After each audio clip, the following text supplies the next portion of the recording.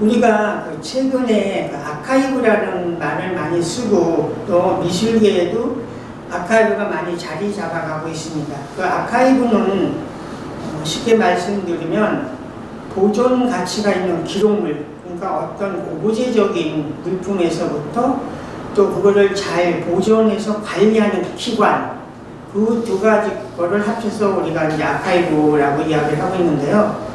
대표적인 곳으로는 2008년에 김달치 미술자료박물관이 자료박물관으로 출발하면서 아카이브로 기관으로 자리를 잡았고요.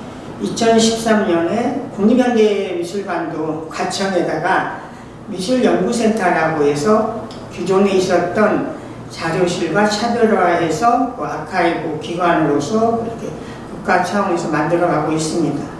또 최근에는 부산에도 10여 년 전에 이용길 선생님이 부산의 미술 자료를 몇십 년간 수집을 했었던 것을 기증하면서 그게 잘 이렇게 정리가 안 돼서 10여 년이 훌쩍 지나갔는데요. 최근에는 또 이렇게 정리가 되면서 아키비스트라고 해가지고 전문 기록관리자를 채용을 해서 이렇게 지금 만들어가고 있습니다. 그래서 우리나라 지금 국공립사립미술관에서 자료실에서 이제 아카이브로 이렇게 진입하는 그런 과정입니다. 그래서 지난번에도 대구미술관에서도 그 아카이브 담당자가 저희 김달치 미술자료박물관에 와서 운영 사례라든지 자문을 구하기도 했고요. 그리고 점점 이런 아카이브에 대한 관심이 높아가고 있습니다. 오늘 말씀드리고 싶은 거는 저희가 많이 가지고 있는 아카이브의 어떤 분류 중에서 주로 6피를 가지고 말씀드리도록 하겠습니다.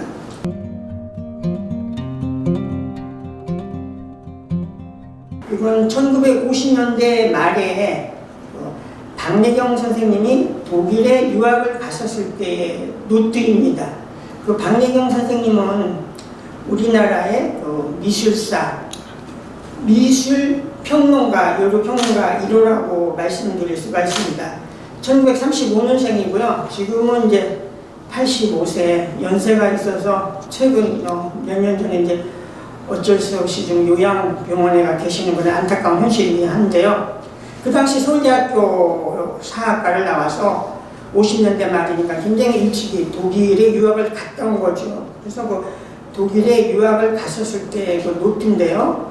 지난번에 이제 그 박래경 회장님이 좀 정리를 하면서 저희 김달치 미술자료박물관에 많은 아카이브 자료를 기증을 했습니다.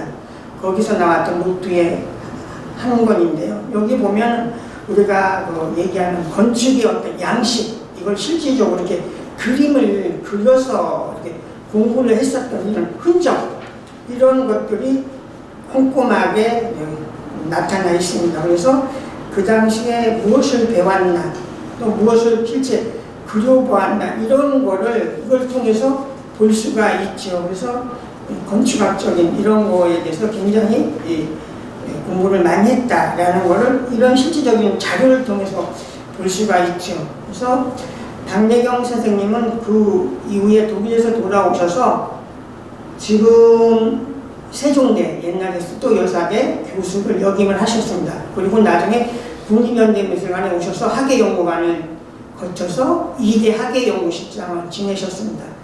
그 후에 나오셔가지고 한국 큐레이터 협회 초대 회장을 역임을 하셨고, 또 자료에 대한 중요성을 알기 때문에 김달치 미술자료박물관 후원회 회장을 거의 10년이나 맡아주셨습니다. 그래서 이런 것들을 통해서 그 당시에 공부했던 상황이라든지 이런 걸 볼 수 있는 굉장히 중요한 자료이죠.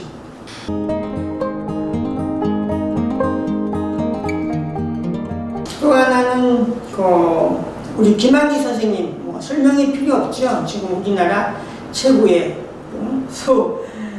홍콩 옥션에서도 그림값이 132억 원에 이렇게 낙찰을 본 그런 작가이기도 하고요.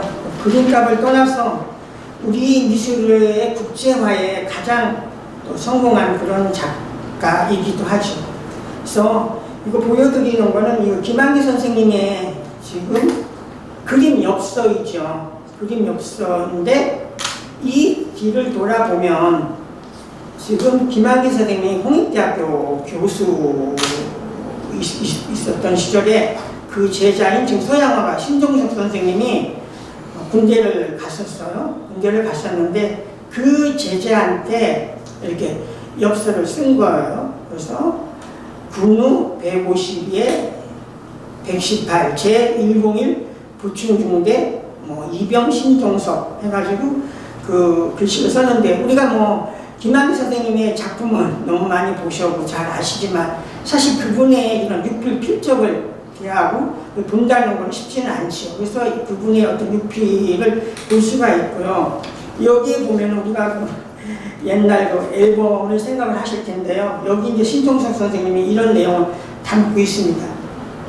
1962년 9월 첫 휴가 때 맨 먼저 홍대 학창시에서 수화 선생님을 찾아뵈었다. 그때 그 선생님께서 우편으로 붙이려고 했는데 네가 와서 너한테 엽서를 직접 주시겠다 해가지고 이렇게 정말 사연이 있는 이런 것이 그대로 드러난 거죠. 그래서 그 스승이 군대 간 제자를 아끼는 이런 것들을 했는데, 여기 보면은 자네들은 훌륭한 예술가가 될 것일세 부디 몸 조심하고 유쾌한 군 복무를 마쳐주기 바라네. 정말 진정으로 제대로 생각하는 이런 마음이 이 엽서 한 장에 이렇게 알랄이 적혀 있습니다.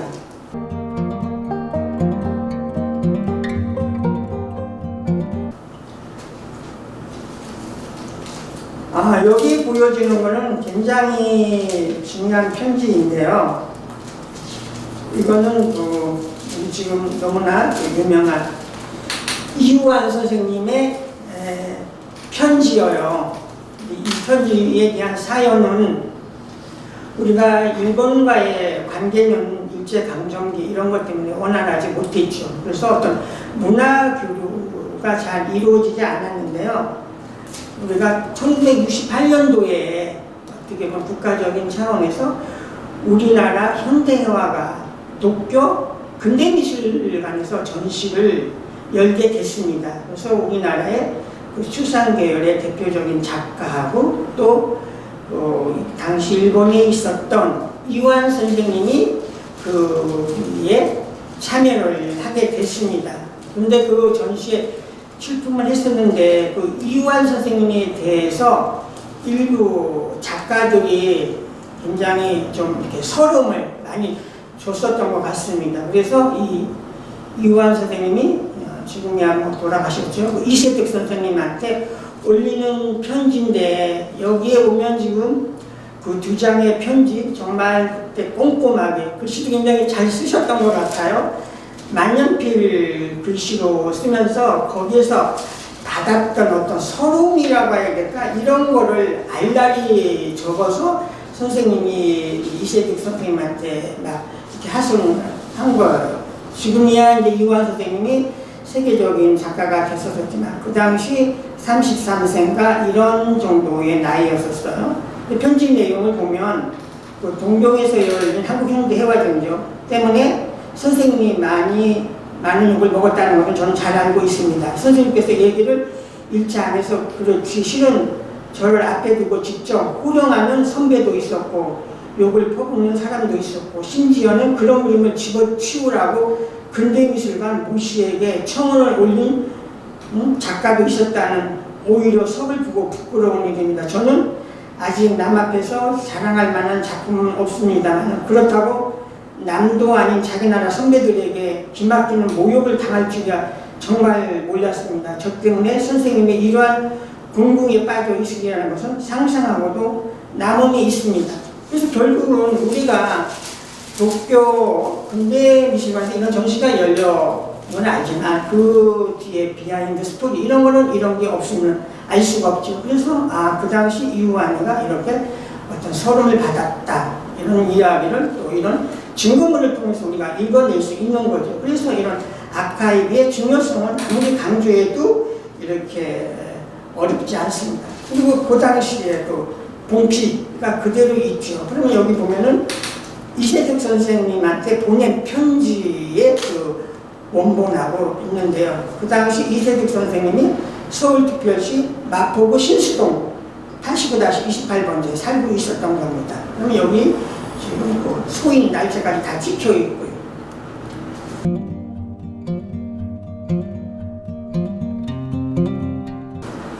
또 하나 여기 소개하고 있는 거는요, 우리 한국화에서 빼놓을 수 없는 고암 이응노 선생님이죠. 고암 이응노 선생님의 제자인 여류 작가 금동원 선생님, 지금 생존해 계시죠. 지금 최고령 우리 이제 여류 화가 선생님인데 그 제자이죠.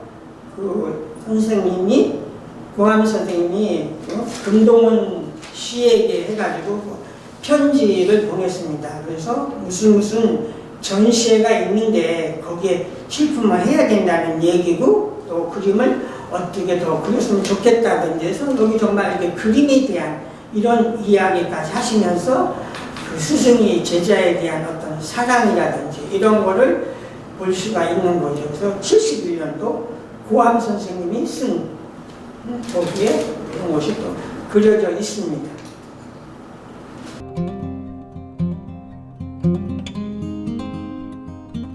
여기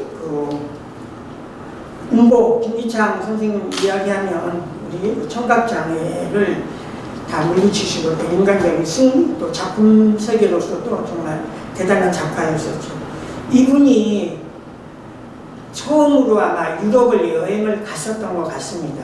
유럽 여행을 가가지고 이탈리아를 돌아보면서 우리 지금 이거 보여주는 이미지가 그 미켈란젤로의 피에타 그 조각상이잖아요. 그 뒤 편지에다가 그 당시의 사연을 이렇게 적었습니다. 이거를 받은 사람은 그 제자인 신경자 선생님, 나중에 그 수도여사대, 지금 세종대 교수를 지났죠. 그 분의 남편이 하진호 씨고요. 그래서 심군에게 하면서 이 편지를 썼는데요. 이 노화가가 그 당시 굉장히 인수난리했었던 분인데, 거기 가서 이제 작품을 보면서 굉장히 그 애틋한 그런 사연을 여기다가 담고 있습니다. 그래서 그 이야기를 보면은 운보 김기창 선생님은 그 1913년에 태어나서 2001년에 돌아가셨죠. 그래서 1979년 그 박내연, 또 그분이 부인이 우양 박내연이죠. 올해가 마침 우양 박내연 선생님이 탄생 100주년이라 9월 24일부터 덕수궁미술관에서 우양 박내연을 되돌아보는 그런 전시가 대대적으로 열립니다. 그래서 이 박내연 그리고 아들 부부와 함께 유럽 여행을 떠났습니다. 1979년에. 그리고 운보는 그 당시에 60대 중반의 나이에 떠났는데, 거기에 가서 그 르네상스 대가의 작품을 보면서 하늘의 용서를 빌고 싶을 정도로 본인이 부끄럽다 이렇게 얘기를 하면서 굉장히 겸손하게 편지를 썼습니다. 그 내용을 잠깐 소개를 하면요. 심군에게 다시 보는 이태리 르네상스 문예중기 예술의 극치 미켈란젤로와 다빈치 두 사람은 진정 하늘이 내린 화가들이라는 걸 재확인했네. 두 천재의 실줄 모르는 노력에 발자취는 나를 몹시 부끄럽게 했고 하늘에서 용서를 빌 정도일세. 그러니까 본인도 유명한 화가였지만 그런 대가들의 작품 앞에서 너무나 겸손하게 자기를 돌아보고 있다는 이런 내용을 이렇게 알알이 써서 이렇게 보내고 있습니다. 그래서 1979년 12월 29일. 더구나 여기 애틋한 거는 을씨년스러운 날씨라서 나그네의 마음을 우울케 하네. 그럼 잘 있게. 이렇게 애절한 사연이 이렇게 편지 속에 들어 있습니다.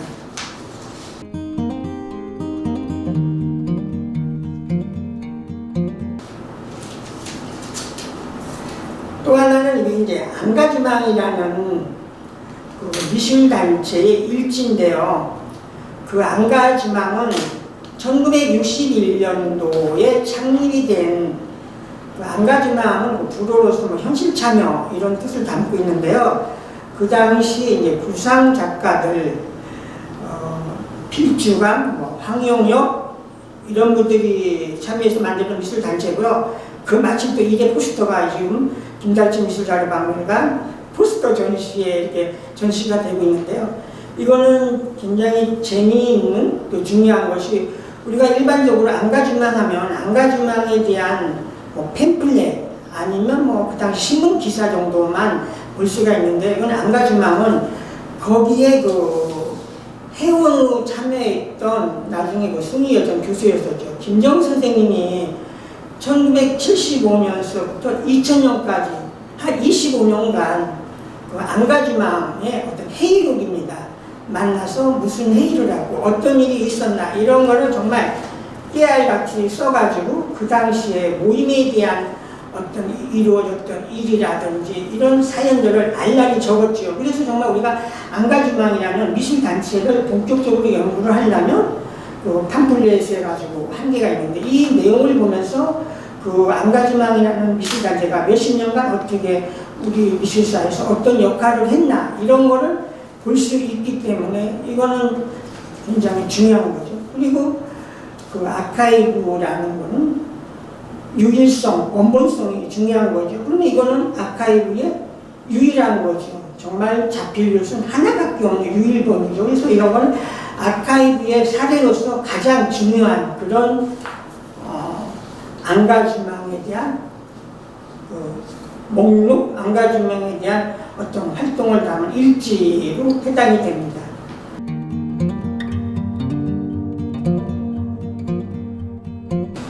이거는 그 미술평론가 오광수 선생님인데요. 오광수 선생님 설명이 필요 없죠.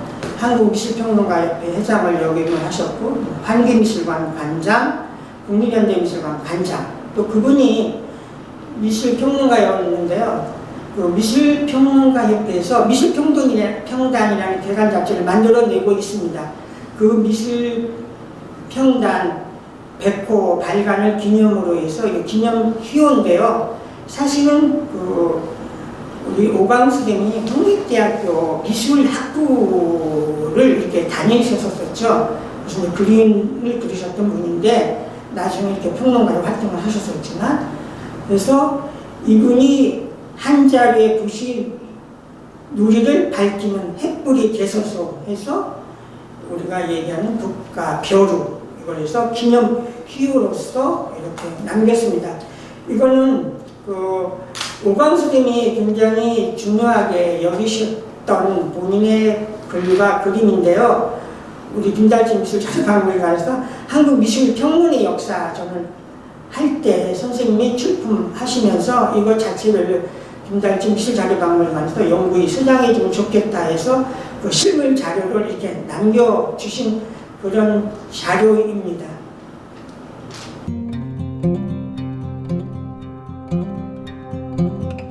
이거는 그 ST의 연역인데요. ST는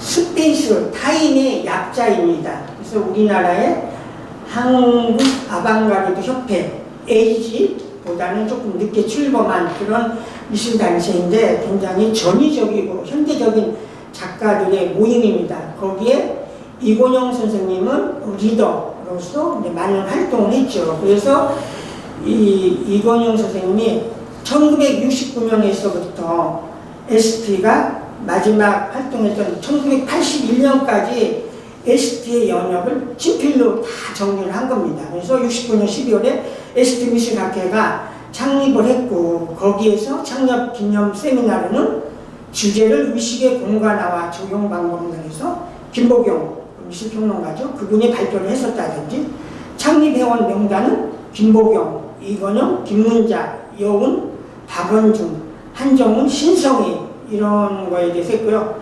더군다나 70년대 우리에게 많은 영향을 미쳤던 1970년인데요. 여기에 이완에 대한 이야기가 있습니다. 이완이 그때 미학적으로 추천했던 만남의 현상학 소설 토론회가 의동 이일 선생님 댁에서 열렸다. 그래서 나중에 그 자료집이 만남의 현상학 소설에서 이완적 이일 번역을 해서 이런 게 나왔다 해서 그 꼼꼼하게 그 활동 자체를 전시, 학술 활동했던 거를 친필로 적었던 이런 연역입니다.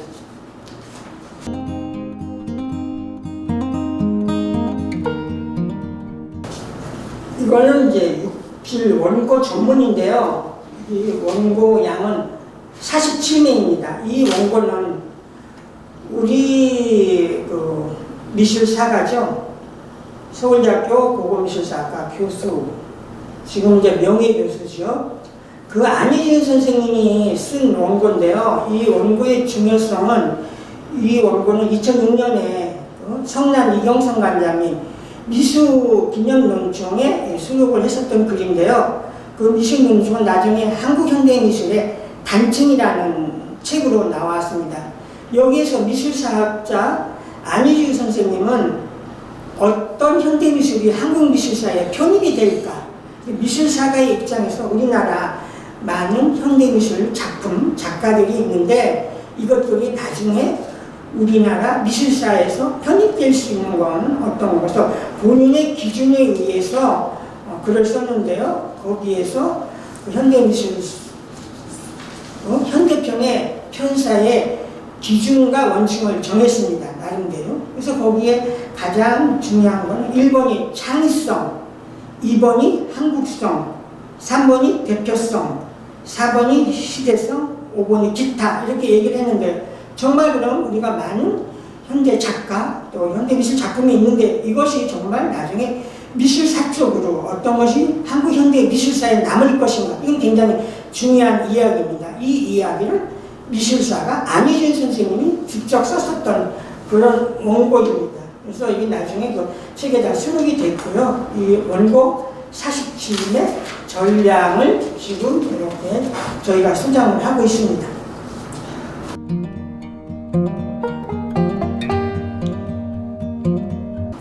이거는 그 국립현대미술관에서 만들었던 미술인 카드라고 합니다. 제가 국립현대미술관 81년부터 96년까지 거기 근무를 했었는데요. 이것이 이제 자료실에서 작성을 했던 건데요. 국립현대미술관에서 만들어진 작가 개개인에 대한 어떤 항목이 적혀져 있습니다. 그러면은 작가 스스로가 자기에 대한 성명, 본적, 주소, 가족사항, 직장관계, 포상, 서운, 국정에서의 입선, 추천, 초대 작가 이런 거를 다 자필로 직접 쓰게 되어 있었습니다. 그래서 이거는 유경재 선생님이 직접 쓴 거고요. 유경재 선생님은 우리 미술사에서 중요한 작가죠. 제1회 대한민국 미술대 국정이죠. 국정에서 대통령상을 받고 나중에 서울대학교 교수를 역임하고 예술원 회원을 역임하셨던 분이요. 그러면 이거를 통해서 그 선생님의 실제적인 필적을 우리가 다 볼 수가 있는 거고요. 또 어떻게 보면 지금이야 우리가 우스갯소리 개인보호, 개인정보 이런 것 때문에 굉장히 어려웠고 그 당시에는 이런 것이 없었던 시절인데요. 그래서 그 선생님이 본인에 대한 거하고 그 부인이 강성희 씨라고 희곡 작가였었어요. 그리고 그 아들에 대한 이름까지를 다 해서 아들의 나이가 몇 살이고 직업이 뭐다라는 걸 선생님이 꼼꼼히 다 적으신 거죠. 여기를 통해서 보면 그 유경재 선생님 같은 경우 아들이 3명이었어요. 그래서 큰아들이 유원, 둘째 아들이 유훈, 셋째 아들이 유인이죠. 그래서 유훈과 유인은 조각과로 많이 활동을 했습니다. 특히 셋째 아들 유인은 요조를 했고요. 우리 조각사에서 정말 이름을 남긴 그런 작가입니다. 그래서 유인은 지금도 새롭게 평가되고 있고요. 지금 마침 올림픽 조각공원에 있는 소마 미술관에서 유인에 대한 대대적인 그런 전시가 있죠. 그래서 이걸 통해서 그분의 필적과 어떤 가족사항까지도 다 파악할 수 있는 이런 미술인 카드입니다. 이거는 그 당시에 이 양식을 미술인한테 붙였고요. 그리고 미술인이 자기가 자필로 써서 다시 국립현대미술관으로 보내오며 그걸 우리 양식에 의해서 다시 적고 그 활동상 전시 경력을 자꾸 추가해서 적어 나갔던 양식인데요. 아마 지금은 이 미술인 카드 이거를 지금은 공개하지를 않습니다. 또 어떤 학력 이런 거에 대해 예민한 문제이고 이거기 때문에 이 양식은 지금은 이제 국립현대미술관에서 사용하지 않는 걸 알고 있는데 이걸 통해서 그 당시 국가에서 미술인들을 어떻게 관리라고 할까요? 어떻게 정리했나 이런 걸 볼 수 있는 실제적인 자료입니다. 그래서 오늘 제가 이렇게 10가지의 육필로 된 자료를 가지고 말씀드렸고요.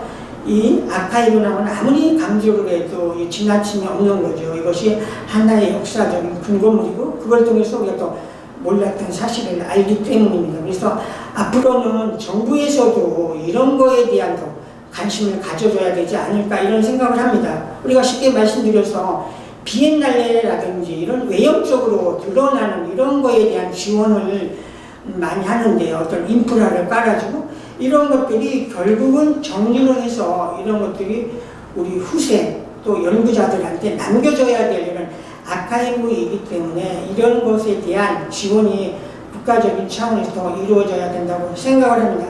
감사합니다.